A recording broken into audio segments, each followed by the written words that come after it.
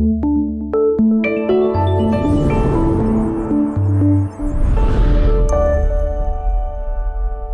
puji Tuhan. Shalom. Shalom. Salam sejahtera buat kita semua. Bapak Ibu jemaat yang dikasihi oleh Tuhan, pertolongan Tuhan saya dan saudara bisa ada lagi di dalam rumah Tuhan. Kita sudah ada lagi di bulan Mei 2022. Puji Tuhan, Tuhan baik di dalam kehidupan saya dan saudara. Dari tempat ini kami menyampaikan terima kasih kepada Bapak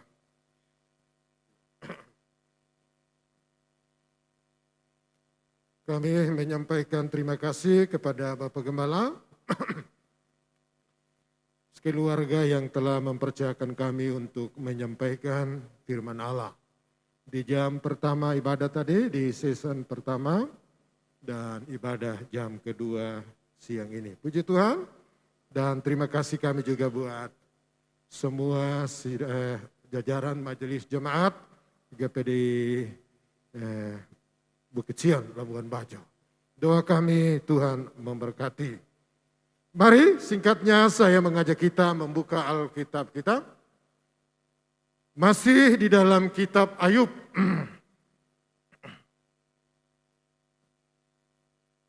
Ayub pasal 23.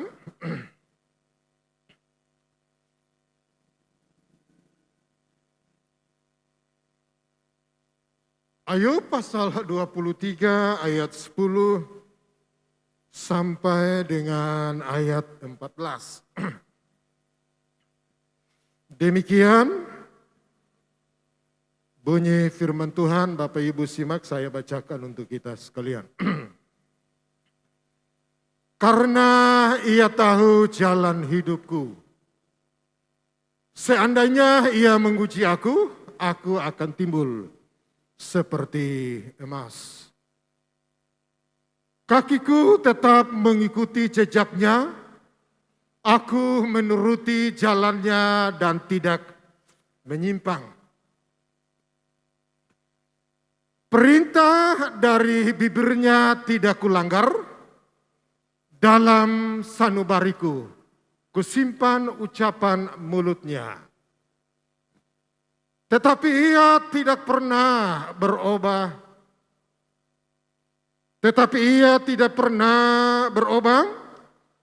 Siapa dapat menghalangi dia? Apa yang dikehendakinya dilaksanakannya juga. Ayat 14, ayat terakhir. Karena ia akan menyelesaikan apa yang ditetapkan atasku, dan banyak lagi hal yang serupa itu dimaksudkannya.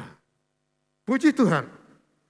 Dari bacaan ayat-ayat firman Allah di atas, saya memberikan tema kualifikasi rohani dari seorang Ayub. Kata kualifikasi artinya pendidikan khusus untuk memperoleh keahlian. Sekali lagi, kata kualifikasi adalah pendidikan khusus untuk memperoleh suatu keahlian. Nah, kita tahu bersama bahwa Ayub dicatat dalam Alkitab, dia adalah seorang yang kaya. Dari Uz, dia adalah orang yang setia kepada Tuhan. Dia tidak cukup setia, tetapi dalam Alkitab menguraikan kepada kita, dia adalah orang yang saleh kepada Tuhan. Nah, di dalam kesalehannya itu, Alkitab mengatakan bahwa dia diuji oleh Allah.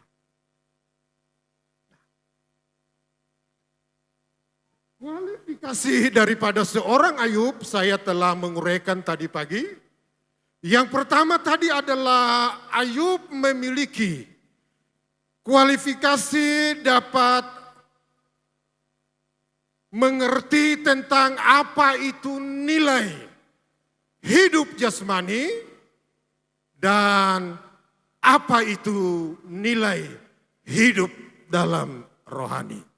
Nah, yang kedua ini, Ayub memiliki kedewasaan rohani dalam menghadapi tantangan. Jemaat yang dikasihi Tuhan, bahwa tidak ada seorang pun yang ada di dalam dunia ini yang tidak menghadapi tantangan hidup. Mau orang itu dia orang kaya, mau dia itu orang miskin, mau dia itu orang yang percaya Tuhan, maupun orang itu dia tidak percaya kepada Tuhan. Pasti dia menghadapi tantangan di dalam kehidupannya. Yang membedakannya adalah setiap menghadapi tantangan itu, bagaimana sikap kita di dalam menghadapi tantangan di dalam kehidupan kita sekalian. Kita melihat bagaimana pernyataan Ayub ketika dia menghadapi tantangan di dalam kehidupannya. Yang pertama, ketika Ayub menghadapi tantangan, dia katakan yang pertama, ia tahu jalan hidupku. Ayat pasal 23 ayat yang ke-10, bahagian A katakan bahwa ia tahu jalan hidupku. Jemaat yang dikasihi oleh Tuhan Yesus Kristus, pengakuan Ayub kepada kita pagi hari ini bahwa ketika dia menghadapi tantangan di dalam hidupnya, Ayub berkata kepada Tuhan bahwa ia mengetahui jalan hidupku. Referensi pendukungnya dalam Ibrani pasal 4. Ibrani pasal 4 ayat 13 berkata begini.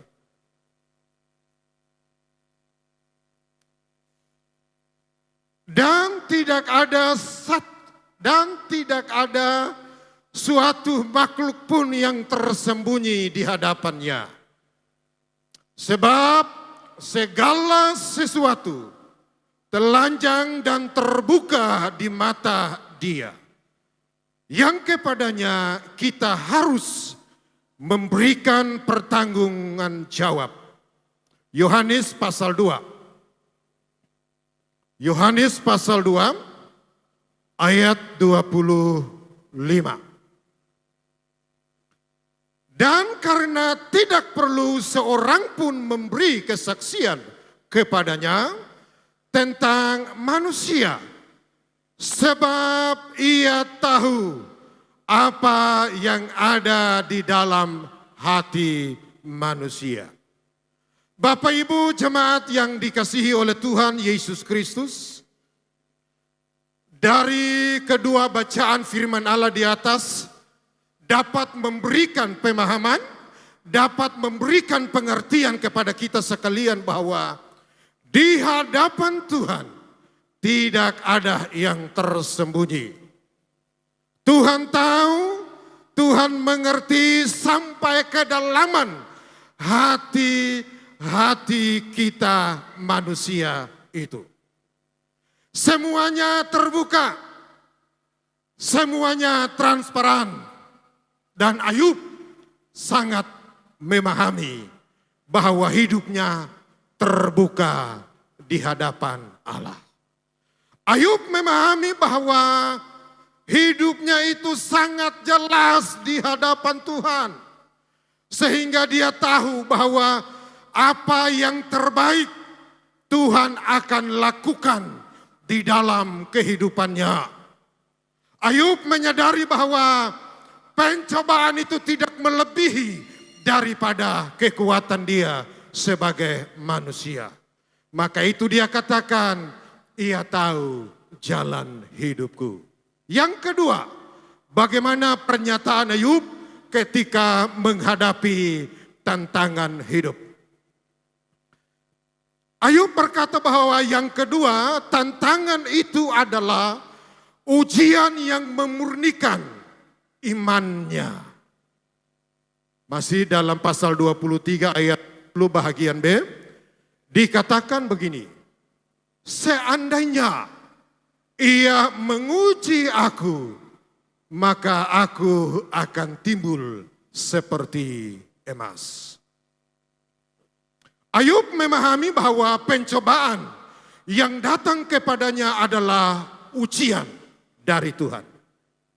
Yang tujuannya adalah baik, yang tujuannya itu adalah bermanfaat, sehingga Ayub katakan dengan tantangan ini, ia akan muncul seperti emas.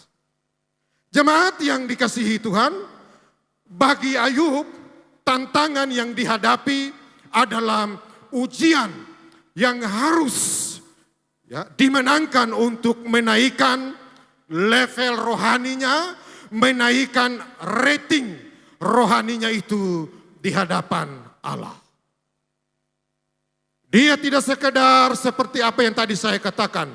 Dia tidak sekedar mengerti apa itu nilai hidup jasmani, nilai hidup rohani.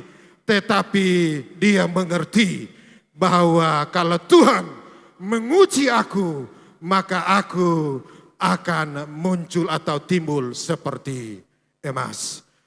Ayat pembandingnya adalah dalam 1 Petrus. 1 Petrus pasal 1 ayat 6 sampai dengan 7 berkata bahwa bergembiralah akan hal itu. Sekalipun sekarang ini kamu seketika harus berduka cita oleh berbagai-bagai pencobaan. Terus maksud semuanya itu adalah untuk membuktikan kemurnian imanmu yang jauh lebih tinggi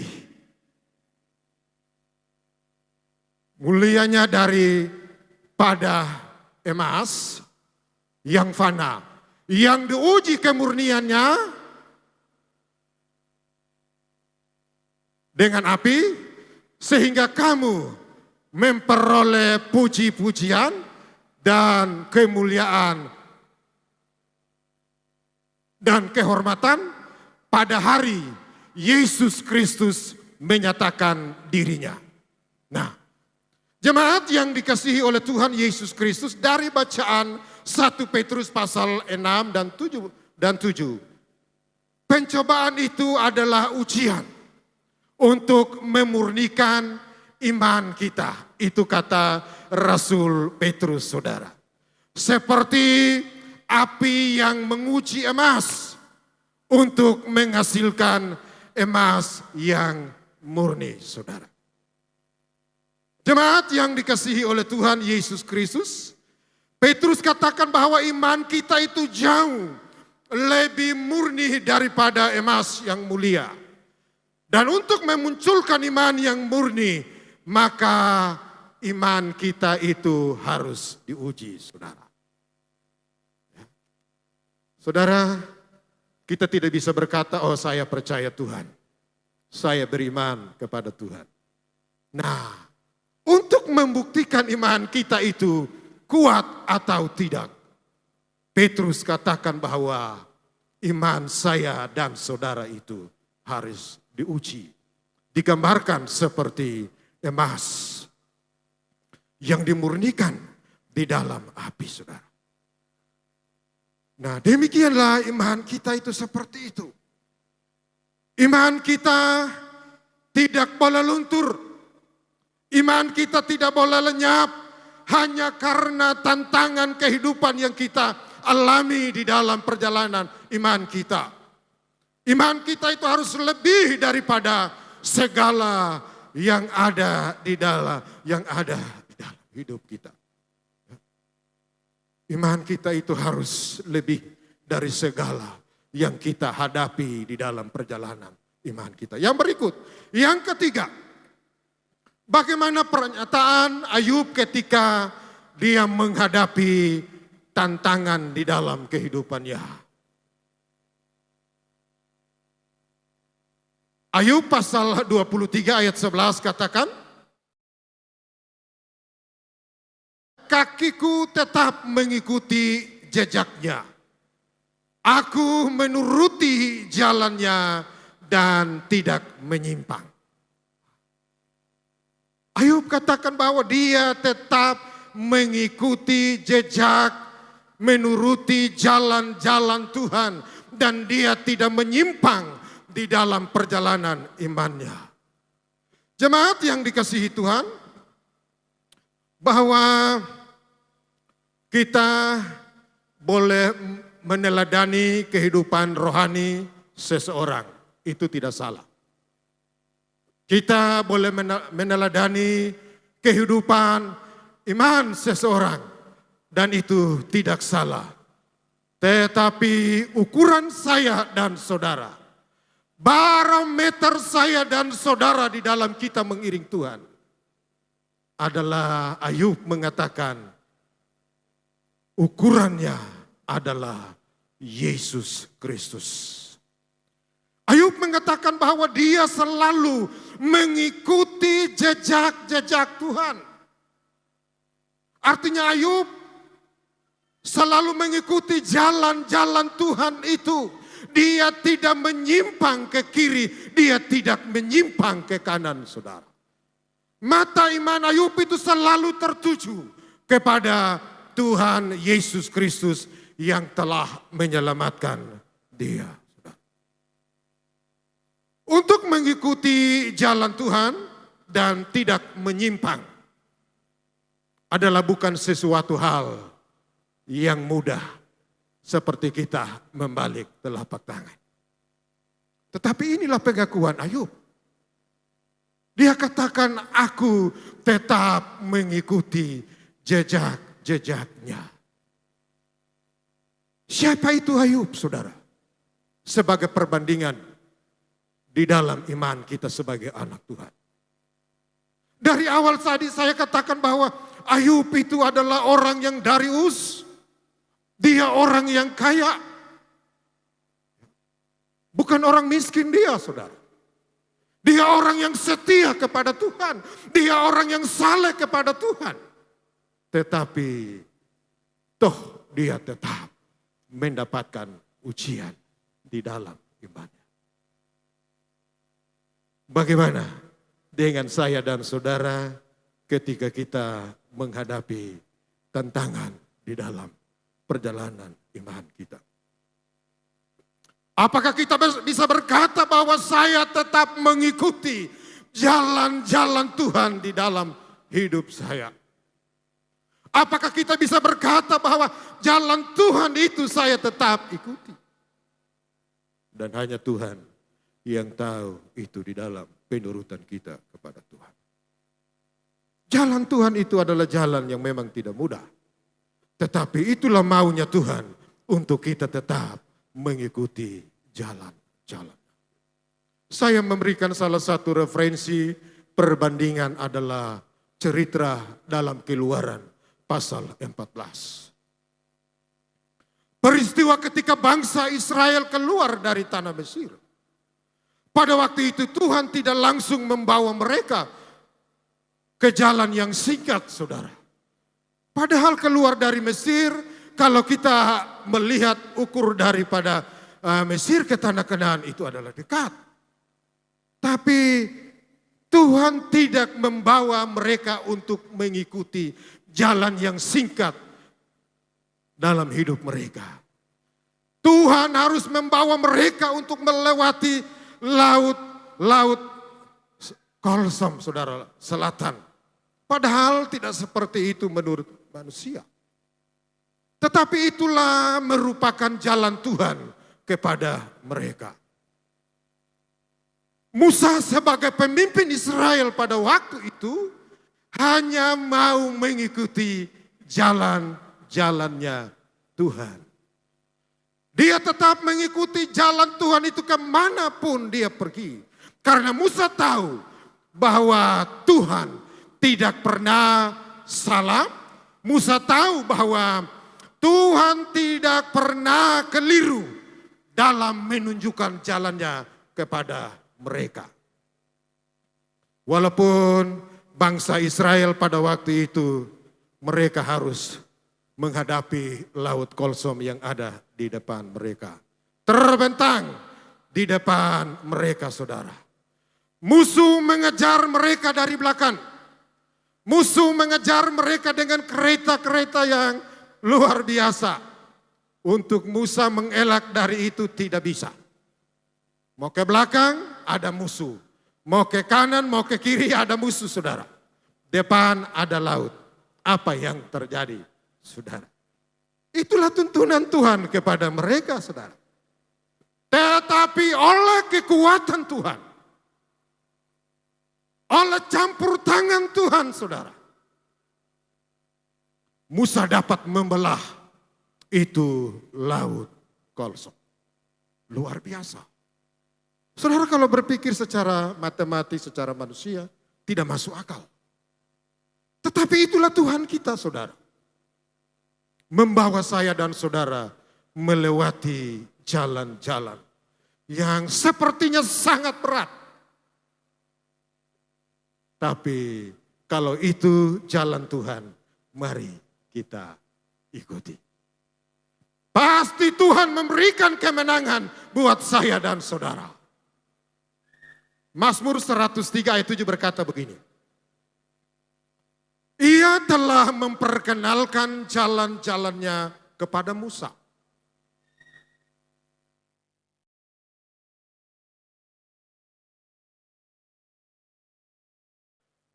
Ya, sekali lagi Mazmur 103 ayat yang ke-7 dikatakan. Tuhan telah memperkenalkan jalan-jalannya kepada Musa. Tadi kan kita sudah lihat. Kita sudah tahu. Di belakang ada musuh, depan ada laut terbentang. Bagaimana bisa mereka terlepas daripada musuh mereka? Tapi itu, saudara, sekali lagi bahwa oleh kekuatan kuasa Tuhan, Musa dapat membelah laut Kolsom. Tuhan tidak pernah salah dalam menunjukkan jalannya bagi Musa dan bagi saya dan saudara. Bagi Tuhan tidak ada jalan buntu. Amin, saudara. Bagi Tuhan itu tidak ada jalan buntu, saudara. Ya. Karena Dia yang menciptakan ini langit, bumi dan segala isinya. Segala sesuatu pasti tunduk di bawah kekuasaan Tuhan. Lah itu contoh. Siapa yang bisa membelah itu? Para arkeolog, saudara, mereka mengadakan penelitian. Mereka mengakui bahwa Laut Teberau itu terbelah bukan karena siapa-siapa. Tetapi adalah karena kemahakuasaan Allah terjadi. Maka itu saya tadi katakan bahwa bagi Tuhan tidak ada yang namanya jalan buntu. Karena Dia yang menciptakan ini langit dan bumi serta segala isinya. Segala sesuatu pasti tunduk di bawah kekuasaan Tuhan. Bahkan alam pun tunduk di dalam kekuasaannya. Jemaat yang dikasihi Tuhan, Tuhan selalu menyiapkan perlindungannya bagi saya dan saudara. Asalkan kita tidak menyimpang dari jalan-jalannya. Seringkali yang membuat kita menyimpang itu karena kita mengikuti apa kata orang. Ya. Seringkali saya dan saudara itu menyimpang karena kita mengikuti itu apa kata orang. Apalagi kalau perkataannya itu adalah suara mayoritas, oh pasti dia menang itu. Pasti. Tapi kan Alkitab katakan bahwa ikut saja apa kata firman Tuhan. Amin, saudara. Ikut saja itu apa kata Alkitab. Karena hanya perkataan firman Allah itu adalah benar adanya. Haleluya. Puji Tuhan. Yang keempat, bagaimana pernyataan Ayub ketika dia menghadapi tantangan di dalam kehidupannya. Yang keempat adalah dia tetap mengikuti perintah firman Allah. Kalau tadi dia mengikuti jalan-jalannya Tuhan, yang berikut adalah dia tetap mengikuti perintah firman Tuhan. Pasal 23 ayat 12 berkata begini. Perintah dari bibirnya tidak kulanggar. Dalam sanubariku kusimpan ucapan mulutnya.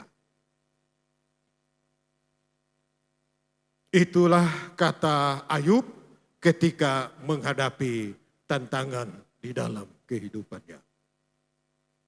Jemaat yang dikasihi oleh Tuhan Yesus Kristus, jaminan Tuhan untuk keberhasilan Yosua dicatat di dalam Yosua pasal 1. Yosua pasal 1.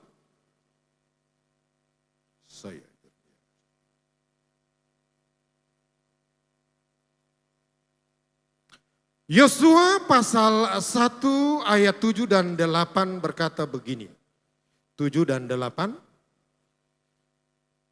Hanya kuatkan dan teguhkanlah hatimu dengan sungguh-sungguh. Bertindaklah hati-hati sesuai dengan seluruh hukum yang telah kuperintahkan kepadamu. Oleh hambaku Musa, jangan menyimpang ke kanan atau ke kiri, dan engkau akan beruntung. Jemaat yang dikasihi Tuhan, kita semua pasti menginginkan berhasil dalam segala hal. Itu pasti. Saya aminkan itu, saudara. Siapapun dia, saudara. Apalagi kita sebagai orang percaya kepada Tuhan. Kita semua ingin berhasil di dalam segala hal. Baik dalam rumah tangga kita, kehidupan anak-anak kita mau mereka berhasil.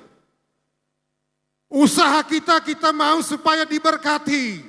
Pekerjaan kita mau supaya berhasil. Kuncinya cuma satu. Jangan menyimpang. Saudara, itu perkataan Yosua, Tuhan kepada Yosua. Kuatkan dan teguhkanlah hatimu.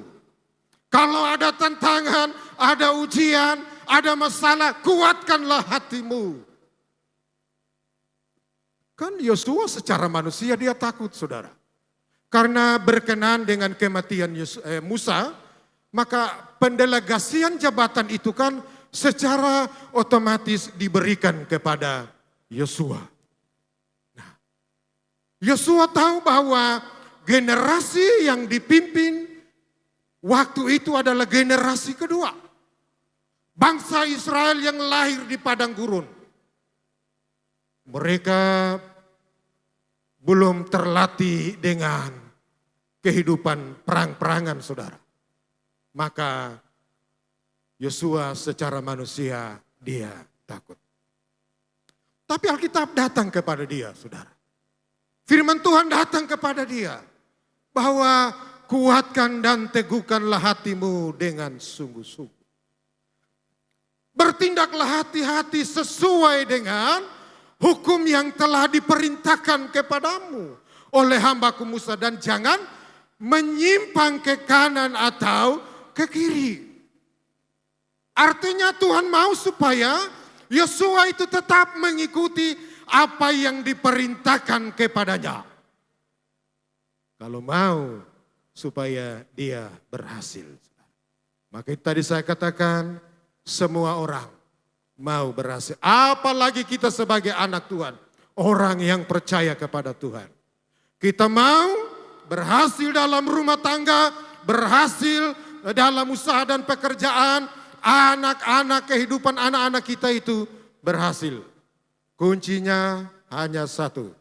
Jangan menyimpang dari kebenaran firman Allah. Mazmur 119. Ya, Mazmur 119 ayat 11 berkata begini. Dalam hatiku aku menyimpan janjimu. Supaya aku jangan berdosa terhadap engkau. Pemazmur berkata demikian, saudara. Di dalam hatiku aku menyimpan firman-Mu supaya aku jangan berdosa terhadap engkau.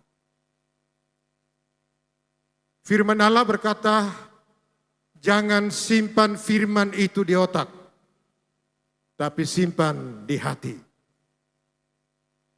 Taruh di dalam hati.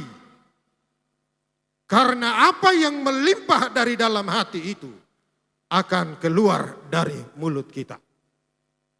Kalau hati kita melimpah dengan firman Allah, maka yang keluar dari mulut kita adalah perkataan-perkataan firman yang mendatangkan berkat buat kita sekalian. Bukan perkataan yang melemahkan orang lain, saudara. Itu tidak bisa dibenarkan dalam konteks perkataan Ayub tadi. Yang berikut, bagaimana pernyataan Ayub ketika dia menghadapi tantangan di dalam kehidupannya. Selain dia tetap mengikuti jalan Tuhan, perintah Tuhan, yang berikut adalah yang kelima, Ayub mengakui bahwa Allah itu berdaulat. Allah itu berkuasa penuh atas kehidupannya. Pasal 23 ayat 13 berkata begini. Tetapi ia tidak pernah berubah. Siapa yang dapat menghalangi dia? Gitu. Ayub akui saudara. Tuhan itu adalah Allah yang berdaulat di dalam hidupnya. Tuhan itu berkuasa penuh atas kehidupan dia. Dan bagi saya dan saudara pun demikian adanya. Bahwa Tuhan berkuasa penuh di dalam kehidupan kita sekalian. Allah mau supaya apa yang dikehendakinya kita harus laksanakannya itu di dalam kehidupan kita sekalian. Jemaat yang dikasihi oleh Tuhan Yesus Kristus, ketika umur kita sudah selesai. Saya tadi katakan minggu pertama, hidup jasmani itu bertahan 70. Lebih 80, puji Tuhan. Iya kan? Hanya sementara. Nah, ketika umur kita itu sudah selesai, Alkitab katakan bahwa Allah hanya berfirman, hai anakku Adam, pulanglah. Dan apapun situasi kita saudara, kalau Tuhan sudah panggil, kita pasti akan kembali. Hidup kita itu ada di dalam tangan Tuhan yang Maha Kuasa. Dia dapat melakukan apa saja yang Dia kehendaki di dalam kehidupan kita. Karena Dia adalah Allah yang berdaulat di dalam kehidupan kita. Tidak ada satupun yang bisa dapat menghalangi kemahakuasaannya itu di dalam kehidupan manusia, saudara. Dan itu Ayub akui itu, saudara. Itu yang kelima yang dikatakan oleh Ayub. Yang keenam, yang terakhir. Yang berikut bagaimana pernyataan atau sikap Ayub ketika ia menghadapi tantangan di dalam kehidupannya. Pasal 23 ayat 14 berkata, karena ia akan menyelesaikan apa yang ditetapkan atasku, dan banyak lagi hal yang serupa itu dimaksudkannya. Jadi yang kelima adalah Tuhan akan menyelesaikan apa yang sudah Tuhan tetapkan dalam kehidupannya. Itulah pengakuan Ayub ketika dia menghadapi tantangan di dalam kehidupannya. Jemaat yang dikasihi oleh Tuhan Yesus Kristus, tidak ada satu hal yang jadi di dalam hidup ini secara kebetulan. Sekali lagi, bahwa tidak ada satu hal yang terjadi di dalam hidup ini yang terjadi secara kebetulan. Semua itu ada dalam rencana Tuhan. Alkitab katakan bahwa Allah turut bekerja dalam segala hal untuk mendatangkan kebaikannya bagi mereka yang mengasihi Dia.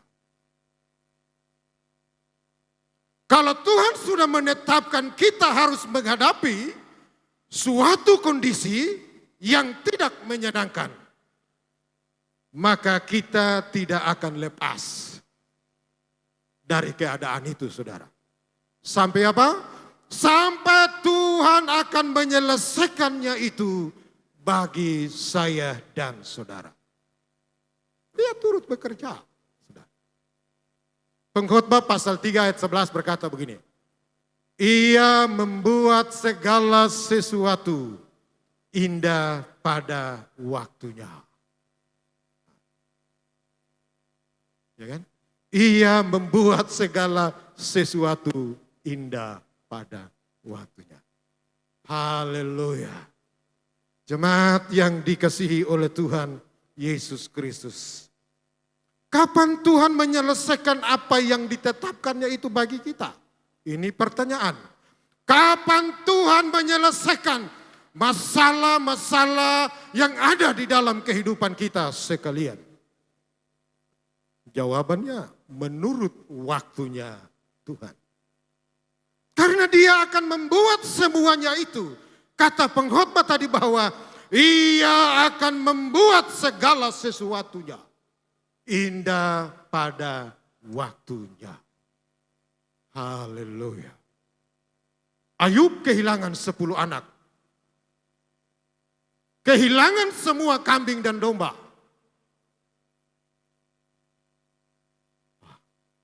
Tetapi dia tetap berkata, dia tahu jalan hidupku.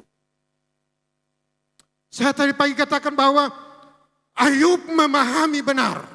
Dia mengerti betul bahwa apa itu arti, nilai kehidupan jasmani dan apa itu nilai kehidupan rohani. Nilai kehidupan jasmani itu hanya sementara. 70 tahun, bahkan lebih 80 sudah. Syukur-syukur kalau sampai di situ. Tapi kalau tidak, ya kan? Ayub tetap mengerahkan pandangan imannya itu kepada Tuhan, saudara. Dia percaya bahwa Tuhan akan membuat segala sesuatunya indah di dalam kehidupannya. Dan betul, saudara. Saudara kalau baca di dalam Ayub pasal 42. Ayub katakan bahwa aku tahu ya, perkataanmu itu tidak berubah. Tuhan pulihkan, saudara. Yang tadinya 10 anak hilang, kambing domba, harta benda semua hilang. Alkitab katakan Tuhan pulihkan itu 100 kali lipat. Tuhan memperpanjang umur Ayub 140 tahun sampai dia bisa melihat keturunan yang keempat. Luar biasa. Bagaimana saya dan saudara menghadapi tantangan iman, menghadapi masalah, menghadapi persoalan. Dia tahu jalan hidup saya dan saudara. Hadapi itu dengan iman kepada Tuhan. Tuhan pasti menolong kita, saudara. Tuhan pasti memberikan jalan keluar untuk saya dan saudara. Asalkan kita tetap percaya kepada Dia. Puji Tuhan, demikianlah kebenaran firman Allah. Kami cukup sampaikan di sini. Mengakhirinya saya undang kita semua.